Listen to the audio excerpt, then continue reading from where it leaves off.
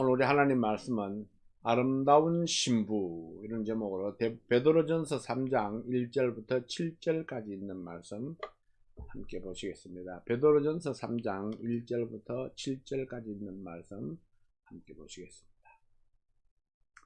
아내된 자들아 이와 같이 자기 남편에게 순복하라. 이는 혹 도를 순종치 않는 자라도 말로 말미암지 않고 그 아내의 행위로 말미암아 구원을 얻게 하려 함이니 너희의 두려워하며 정결한 행위를 봄이라. 너희 단장은 머리를 꾸미고 금을 차고 아름다운 옷을 입는 외모로 하지 말고 오직 마음에 숨은 사람을 온유하고 안정한 심령에 썩지 아니할 것으로 하라. 이는 하나님 앞에 값진 것이니라. 전에 하나님께 소망을 두었던 거룩한 부녀들도 이와 같이 자기 남편에게 순복함으로 자기를 단장하였나니 사라가 아브라함을 주라 칭하여 복종한 것 같이 너희가 선을 행하고 아무 두려운 일에도 놀라지 아니하므로 그의 딸이 되었느니라. 남편 된 자들아 이와 같이 시식을 따라 너희 아내와 동거하고 저는 더 연약한 그릇이요 또 생명의 은혜를 유업으로 함께 받을 자로 알아 귀히 여기라. 이는 너희 기도가 막히지 아니하게 하려 함이라. 아멘. 기도합니다. 하나님 아버지 감사합니다. 오늘 이 말씀을 통해서 하나님께서 우리에게 주시는 진리를 발견하도록 도와주시옵소서. 아버지 하나님, 이 말씀이 과연 우리에게 무엇을 가르치고자 했는가? 우리 주님께서 우리 베드로를 통해서 말씀하시는 그 교훈을 저희들이 받고 또 교훈을 받은 대로 믿음으로 행하는 저희들 되게 하여 주시옵소서. 예수님 이름으로 기도하옵나이다. 아멘. 오늘 이 말씀은 아내들아 남편들아 아내와 남편에게 주시는 말씀이지만은 이것은 또 하나의 비유를 우리에게 주시고 있는 말씀입니다. 예수님과 그의 신부된 교회에 관해서 말씀하고 있는 것이죠. 그래서 부부관계를 통해서 남편과 아내를 통해서 예수님과 교회가 서로 어떻게 해야 될 것인가, 특별히 신부된 그 교회 성도들이 주님에 대해서 어떻게 섬겨야 될 것인가를 교훈해 주시는 말씀이기도 합니다. 지난주에 우리는 아름다운 삶의 비결이라는 제목으로 하나님의 말씀을 들었습니다. 삶의 고난이 있어도 내 신분이 종이나 노예라 할지라도 또 애매하게 고난을 받고 억울한 일을 당해도 하나님을 생각함으로 참으면 이것이 아름다운 삶이다. 이런 말씀을 드렸습니다. 내 목소리를 다 내지 못하고 내 권리를 다 주장하지 못하고 항상 손해보는 것처럼 그렇게 보여도 하나님께서 우리를 위해서 길이 참으신 것을 생각하고 나도 그와 같이 참으면 이것이 아름다운 것이라 했습니다. 고난이 닥쳤을 때에 억울한 일을 당했을 때에 예수님이 우리 대신 우리 죄를 대신해서 죽으신 그것을 생각하고 나도 참으면 이것이 아름다운 것이다 했습니다. 그 아름다움은 하나님 앞에 순종하는 것으로 나타내고 선행으로 나타내야 합니다. 오늘은 이 가정과 교회에서 어떻게 아름다움을 나타낼 것인가, 아름다운 신부의 모습을 살펴보고자 합니다. 이 말씀을 듣기 전에 우리가 반드시 기억해야 할 것은 이 말씀은 부부의 권리나 또 책임이나 복종에 대한 말씀이 아닙니다. 우리가 엑미에 나타나 있는 그 말씀을 우리가 생각해 보면은 마치 아내가 남편에게 복종해야 되는 것, 그것만을 강조하는 것처럼 생각할 수 있습니다. 그러나 이 말씀은 부부가 어떤 자세로 살아야 아름다운 삶을 살아가는 부부인가, 이 아름다움에 대해서 초점을 맞추고 있습니다. 그리스도인 부부로서 아름다운 삶이 핵심 포인트라는 사실을 기억하시기 바랍니다. 이 핵심 포인트를 뒷받침해 주는 말씀을 먼저 소개합니다. 첫 번째는 이와 같이라는 단어입니다. 이와 같이. 베드로전서 3장 1절 말씀에 보면은 아내된 자들아 이와 같이 자기 남편에게 순복하라 이렇게 말씀을 합니다. 영어 성경에는 likewise 이 wives 이렇게 시작되고 있습니다. 순서를 다시 정렬해 보면은 이와 같이 아내된 자들아 자기 남편에게 순복하라. 이렇게 우리가 바꾸어서 이제 해석을 할 수 있겠습니다. 3장 7절 말씀에도 3장 7절 말씀에도 남편된 자들아 이와 같이 지식을 따라 너희 아내와 동거하고 이렇게 말씀을 합니다. 영어 성경에는 당연히 likewise, 이 husbands 이렇게 시작되고 있습니다. 이 아내와 남편에 대해서 말씀하시면서 likewise가 강조되는 이유는 무엇일까요? 이것은 지난주에 주신 말씀을 바탕에 두고 이 말씀을 받아야 한다는 사실을 나타내 주고 있습니다. 지난주에 주신 말씀의 핵심이 무엇입니까? 하나님을 생각함으로 그리스도가 본을 끼치신 것처럼, 이것이 핵심입니다. 하나님을 생각함으로 또 그리스도가 본을 끼치신 것처럼. 이 무엇을 말하는 것입니까? 예수 그리스도가 하나님을 생각함으로 고난을 참고 견디신 것처럼 하나님의 세우신 권위 아래 복종하라는 것입니다. 아내가 남편에게 순복을 해야 하는데 마치 예수님이 하나님께 순종하여 십자가를 진 것과 같이 순종해야 된다. 그러니까 예수님께서 그 마음에 기꺼이 원치 아니했다 할지라도 하나님의 뜻이었기 때문에 십자가를 지신 것처럼 내가 남편에 대해서 기꺼이 기쁨으로 순종할 수 없는 그런 상황이라 할지라도 남편이기 때문에, 그것이 하나님의 뜻이기 때문에 내가 기꺼이 순종해야 된다는 사실을 바탕에 두고 있는 것입니다. 두 번째로는 사환이 까다로운 주인에게도 순복해야 하듯이 까다로운 남편에게도 순복해야 된다. 남편이 내 마음에 들지 아니해도 그 남편에게 순복해야 된다는 사실을 말씀하십니다. 세 번째로는 인간이 세운 제도를 따라서 권위에 순복해야 하듯이 남편에게 주어진 권위에 순복해야 한다. 인간이 세운 제도가 무엇입니까? 도로에 나가면 도로교통법이 있죠. 그리고 사람들과의 관계 속에서 여러 가지 이 사회적인 그런 법들이 있습니다. 이런 법들, 인간이 세운 제도지만은 그 권위에 따라서 순복하지 않으면은 우리는 법에 대해서 제재를 받게 됩니다. 이러하듯이 하나님께서 남편에게 주어진 그 권위에 순복해야 한다. 자, 우리가 두 번째로 볼 것은 권리가 아니라 의무와 책임입니다. 첫 번째는 무엇이었나요? 첫 번째는 이와 같이라는 말씀을 바탕에 두고 생각해 보자 했는데, 이 말씀에 따라서 두 번째로 권리가 아니라 의무와 책임에 대해서 한번 생각해 보자는 것입니다.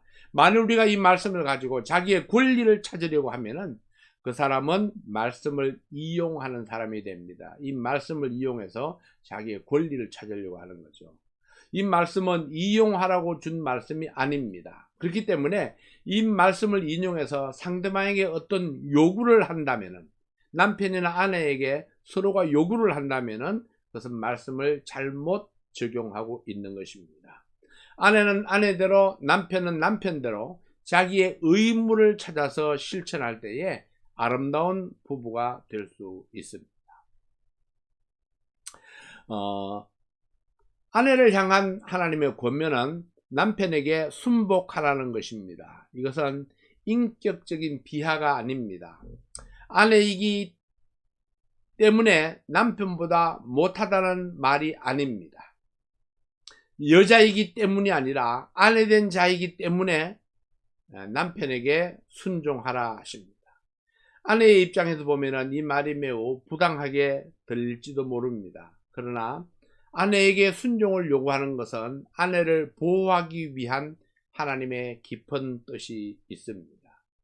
아내는 연약한 그릇이기 때문에 남편의 권위 속에 들어가서 남편의 보호와 도움을 받으라는 것입니다.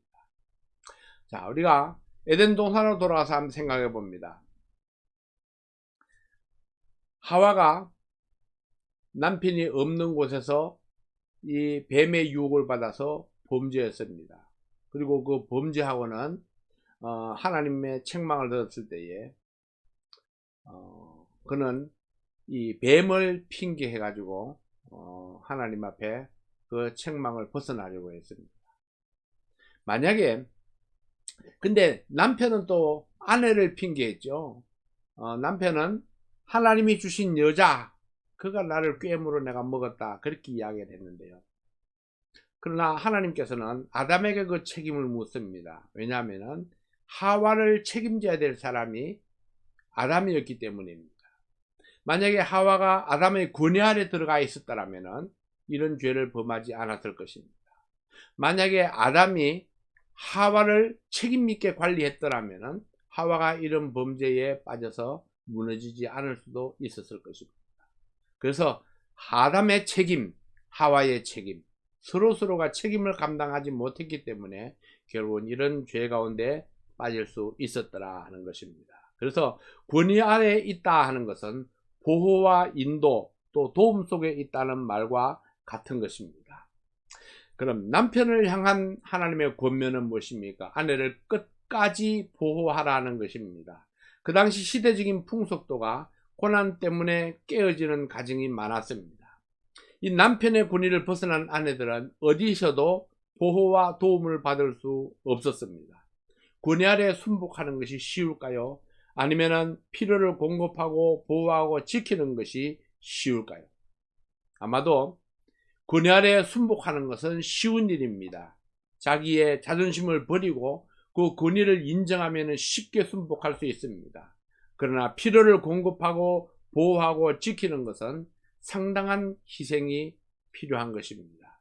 다시 말하면 남편에게 주신 말씀이 아내에게 주신 말씀보다 더 엄중한 말씀이다 하는 거죠. 성경은 그리스도인에 대해서 여러 가지 상징적인 표현들을 합니다. 그리스도의 군병, 또 그리스도의 향기, 또 주님의 양, 그리스도의 종, 그릇, 세상의 소금이다, 달리기 선수다, 그리고 그리스도의 신부다, 이런 다양한 표현들을 쓰고 있는데 이 모두 다 상징적인 표현들이죠. 우리가 그리스도의 신부라면은 우리는 신랑 되신 예수님 보시기에 아름다운 신부가 되어야 합니다. 제 눈에 안경이라는 말이 있습니다. 이 말은 남편이나 아내가 자기 배우자를 바라보는 눈이 중요하다는 말입니다. 다른 사람이 어떻게 보든지 그 자신이 어떻게 생각하든지 내 배우자를 바라보는 아름답게 바라보는 눈이 중요하고 또 내 배우자에게 아름답게 보이는 것이 또한 중요합니다. 아름답게 보는 눈, 아름답게 보이는 눈. 예수님이 나의 신랑이고 내가 예수님의 신부라면 나는 예수님께 아름답게 보여지는 신부가 되어야 합니다. 그러면은 우리가 어떻게 할 때에 우리는 아름다운 신부가 될 수 있을까요? 오늘 본문의 말씀은 아내가 남편에게 어떤 자세를 가지고 있어야 하는가를 우리에게 소개하고 동시에 아내가 어떻게 할 때에 남편에게 아름다운 아내가 되는가를 가르쳐주고 있습니다. 남편에게 아름다운 아내로 비춰지는 것은 우리 그리스도인들이 신랑 되신 그리스도에게 아름다운 신부로 비춰지는 원리와 동일합니다. 그래서 이 같은 원리 속에서 우리가 이 말씀을 이해할 수 있어야겠습니다. 첫 번째로는 순복하는 신부가 되라 했습니다. 순복하는 신부가 복이 있고 행복합니다. 이것이 성도의 행복입니다. 성도의 행복은 어디서 오느냐? 그는 그리스도에게 순종하는 데서 온다 하는 것입니다. 주님의 뜻을 거스리고 행복한 성도는 없습니다. 베드로전서 3장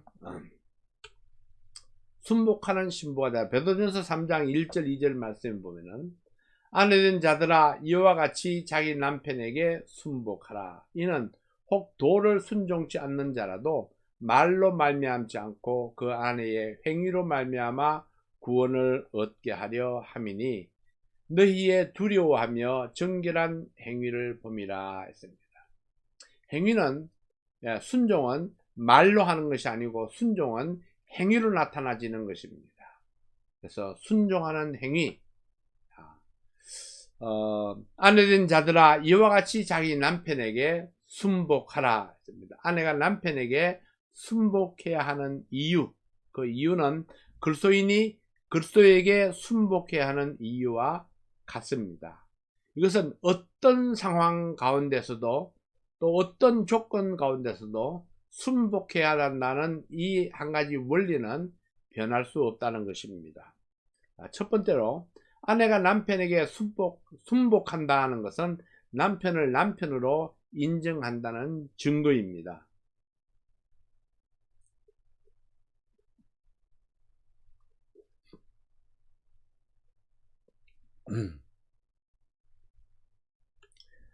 아내가 남편에게 순복할 때에 가장 아름다운 모습이 될 수 있습니다. 아내가 남편에게 순복해야 되는 가장 큰 이유는 그가 훌륭해서가 아닙니다. 그가 바로 내 남편이기 때문입니다. 만일 아내에게서 남편에게 순복하지 아니한다면은, 아내이면서 남편에게 순복하지 아니한다면은 그 순간만큼은 남편을 남편으로 인정하지 않는 것이 됩니다. 그리스도인이 예수님의 말씀에 순복하지 않는다면은 그 순간만큼은 예수님을 주님으로 인정하지 않는 것이다 하는 겁니다. 왜냐하면은 종은 주인의 명령에 이유 없이 절대적으로 순종하는 것이 원리이기 때문입니다.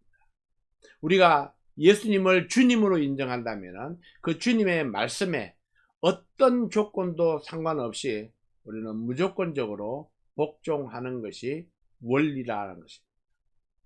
자, 아내가 남편에게 순복할 때에 가장 아름다운 모습이 됩니다.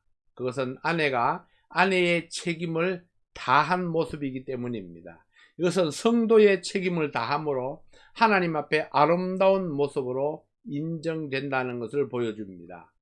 이것은 그리스도와 성도의 관계를 선명하게 보여줍니다. 예수님의 말씀에 순복할 줄 아는 그리스도인이 아름다운 성도입니다.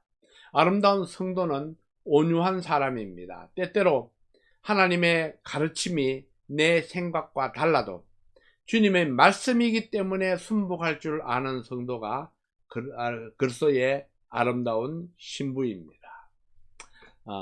세 번째로는 순복하는 아내가 받는 축복이 있습니다.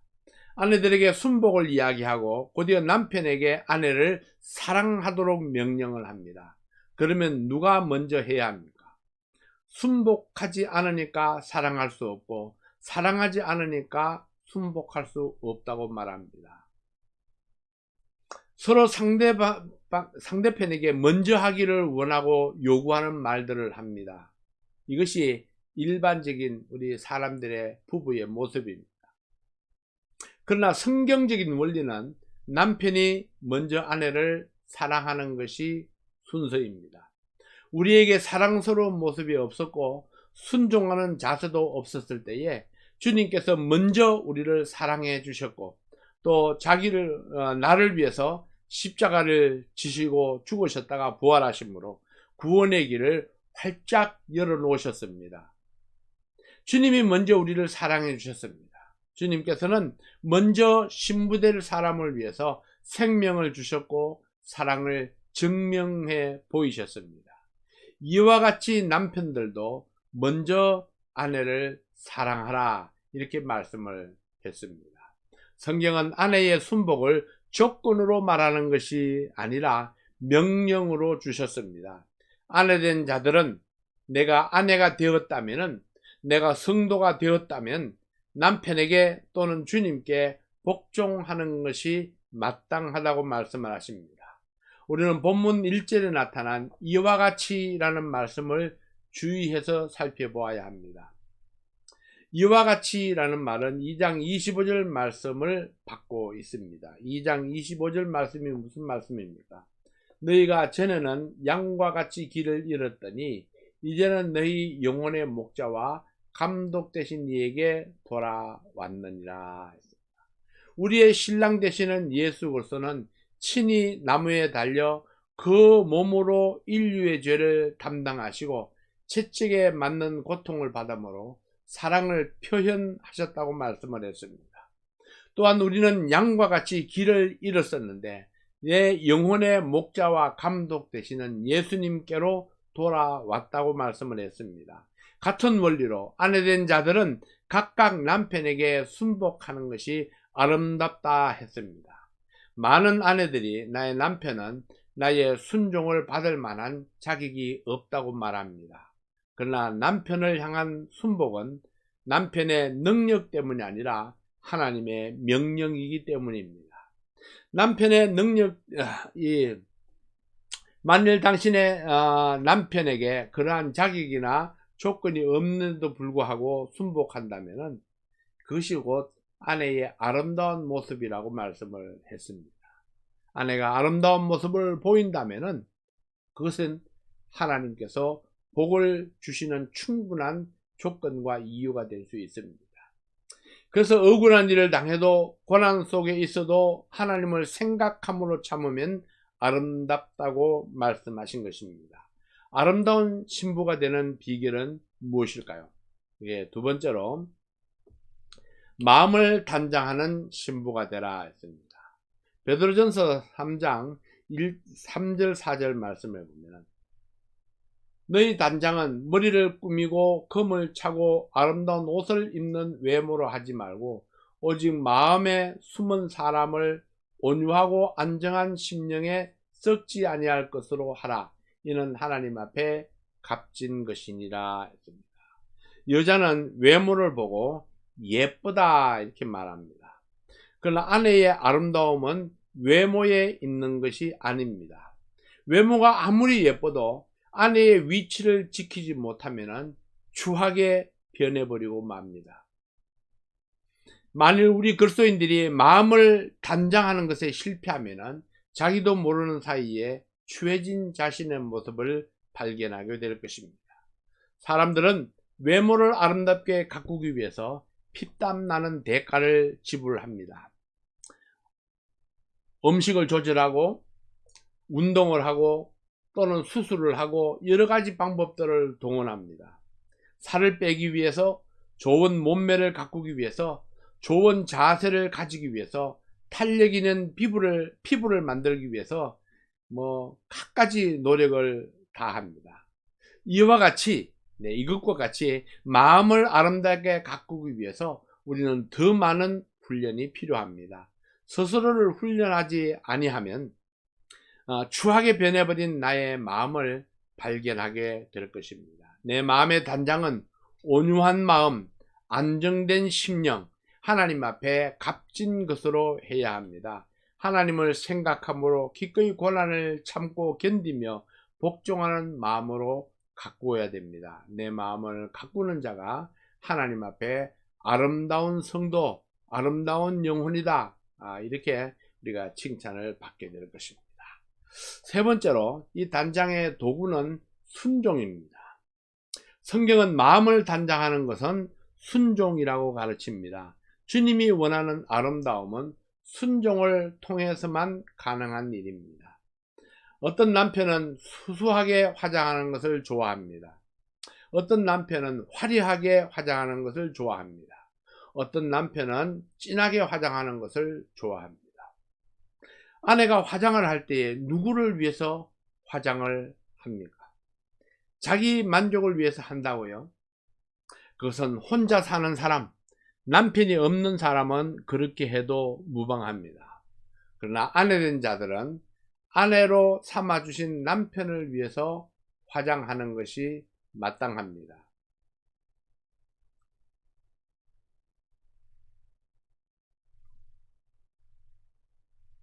자기 남편을 위해서, 그리고 그 남편의 얼굴을 빛내기 위해서 화장을 해야 합니다. 내 남편이 좋아하는 모습의 화장, 그것은 남편의 뜻에 순종하는 것에서 출발합니다. 다르게 생각하는 분들이 있을는지도 모르죠. 내 생각과 여러분의 생각이 다를 수 있습니다. 그러나 우리 그리스도인과 예수님의 관계를 생각하면 우리는 또 쉽게 이해할 수가 있습니다. 그리스도인은 누구를 위해서 단장해야 합니까? 그리스도인이 자기를 위해서 단장하는 것은 아닙니다. 그리스도인이 그리스도인의 성품으로 단장하는 것은 바로 우리의 신랑이 예수님이라면 우리는 당연히 나를 신부로 삼아주신 예수님을 위해서 단장하는 것입니다. 내가 잘 보여야 할 분은 내 신랑 되시는 예수님이기 때문입니다. 그리스도인의 아름다움은 하나님의 뜻에 순종하는 것에서 출발합니다. 그것은 무슨 일을 할 때든지 하나님을 의식할 때에 가능한 일입니다. 베드로전서 3장 5절 말씀에 보면 전에 하나님께 소망을 두었던 거룩한 부녀들도 이와 같이 자기 남편에게 순복함으로 자기를 단장하였나니, 하나님께 소망을 두었던 거룩한 부녀들, 그 부녀들이 이와 같이 자기 남편에게 순복함으로 자기를 단장했다고 말씀을 했습니다. 하나님에 대한 의식이 있을 때에 우리가 하나님께 순종할 수 있습니다. 하나님을 의식함으로, 우리가 하나님을 생각함으로 내가 하나님 보시기에 아름답게 단장하면은 이것이 곧 아름다운 것이다, 그렇게 말씀을 했습니다. 베드로전서 2장 19절 말씀에 보면은 아름다움에 대해서 이야기하면서 애매히 고난을 받아도 하나님을 생각함으로 참으면 그것이 아름답다, 그렇게 말씀을 했습니다. 우리가 애매히 고난을 당해도 하나님을 생각함으로 참으면 아름다운 것이다. 이 고난이 올 때에 하나님을 생각하라. 고난이 올 때에 예수님처럼 반응하라. 이것이 아름다운 신부의 모습입니다. 베드로전서 2장 20절 말씀에서도 하나님 앞에 아름다우니라, 이렇게 말씀을 했습니다. 하나님 앞에 아름다우니라. 자, 우리가 애매히 고난을 받아도 참으면은, 하나님을 생각함으로 참으면은 그것이 곧 하나님 앞에 아름다운 것이다, 이렇게 말씀을 했습니다. 이러한 사실들은 우리에게 무엇을 말씀하고 있습니까? 그리스도인답게 되려면은 하나님을 생각하고 하나님을 묵상해야 한다는 말입니다. 하나님을 생각하고 의식하면 할수록 우리는 그리스도 안에서 아름답게 될 수 있습니다. 이 아름다움의 정의가 무엇입니까? 그것은 주님을 닮는 것입니다. 우리는 그러면 우리가 주님을 생각지 아니하고 주님을 닮아갈 수가 있을까요? 그것은 불가능한 일입니다. 그럼 우리가 주님을 많이 생각할 수 있는 비결이 무엇입니까? 그분의 말씀을 날마다 묵상하는 것입니다. 하나님의 말씀을 묵상함으로, 우리 하나님을 생각함으로 참으면은 그것이 하나님 앞에 아름다운 것이다 했습니다. 네 번째로, 교회는 성도의 아름다움을 가꾸는 미용실과도 같습니다. 하나님이 우리에게 허락한 가정과 교회는 우리의 아름다움을 가꿀 수 있는 미용실과도 같습니다. 하나님께서 가정과 교회를 이끄실 때에 사랑과 용서라는 두 가지를 사용합니다. 우리가 주님 안에서 아름다워지기 위해서 지불해야 되는 값이 있다면 그것은 사랑과 용서입니다. 가정에서나 교회에서나 사랑과 용서가 없이는 아름다움을 나타낼 수가 없습니다. 우리는 가정에서 남편과 아내의 성경적인 관계를 생각하면서 아름다움을 가꾸어야 합니다. 또한 교회에서 성도와 예수님, 신부와 신랑의 관계를 생각하면서 순종과 사랑과 용서를 통한 아름다움을 키워 나가야 합니다. 우리 그리스도인들은 주님의 신부입니다. 신부는 신부다운 모습일 때 아름답습니다. 우리 그리스도인이 아름다움을 가꿀 수 있는 비결은 하나님을 의식하는 것입니다. 억울한 일을 당하여도 하나님을 의식함으로 복종할 때에 좋은 신부가 될 수 있습니다. 마음의 쓴뿌리는 우리를 더럽게 한다고 했습니다. 용서하고 사랑하고 순종하는 길이 내가 아름다워지는 비결임을 깨달을 때에 복이 있습니다. 그러한 관점에서 보면은 내가 만나는 모든 사람은 나를 아름답게 가꾸는 도우미들입니다. 내가 만나는 사람은 둘 중에 하나입니다. 내가 용서해야 될 대상이든지 내가 사랑해야 될 대상입니다. 내 주변에 있는 모든 사람들, 그래서 아름다워지기 원하십니까? 먼저 소원이 있어야 합니다. 그리고 하나님을 생각함으로 순종해야 합니다. 하나님께 대한 의식을 가지고 말씀을 묵상하는 그런 성도가 되어야 합니다. 주님의 사랑을 받고 주님 안에서 아름다운 성도로 거듭날 수 있기를 바랍니다. 주님을 생각함으로 참으면은, 네, 주님을 생각함으로 용서하면은, 주님을 생각함으로 내가 더 사랑을 베풀면은, 그러면은 우리가 하나님 앞에 아름다운 성도가 되어질 수 있습니다. 남편들아 아내를 사랑하라. 아내들아 남편에게 순종하라. 자, 우리가 실제적으로 우리 성도들이 예수님께 순종하고 예수님을 사랑하고 예수님 말씀에 복종하는 실제적인 훈련이 바로 가정에서 이루어져야 된다는 사실을 보여줍니다. 실제적인 훈련, 이와 같이 어떻게 벌어지나요?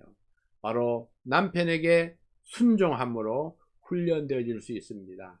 아내를 내 몸같이 사랑함으로 훈련되어질 수 있습니다. 이렇게 해서 우리가 순종과 사랑을 통해서, 또 용서와 사랑을 통해서 하나님께서 원하시고 기뻐하시는 그런 아름다운 성도의 삶을 훈련해 갈 수 있기를 바랍니다. 기도하겠습니다. 하나님 아버지, 하나님의 은혜와 사랑을 감사합니다. 오늘도 하나님께서 주시는 말씀을 통해서 우리가 아름다운 신부가 되게 하시고 또 아름다운 부부로 가꾸어질 수 있도록 도와주시옵소서.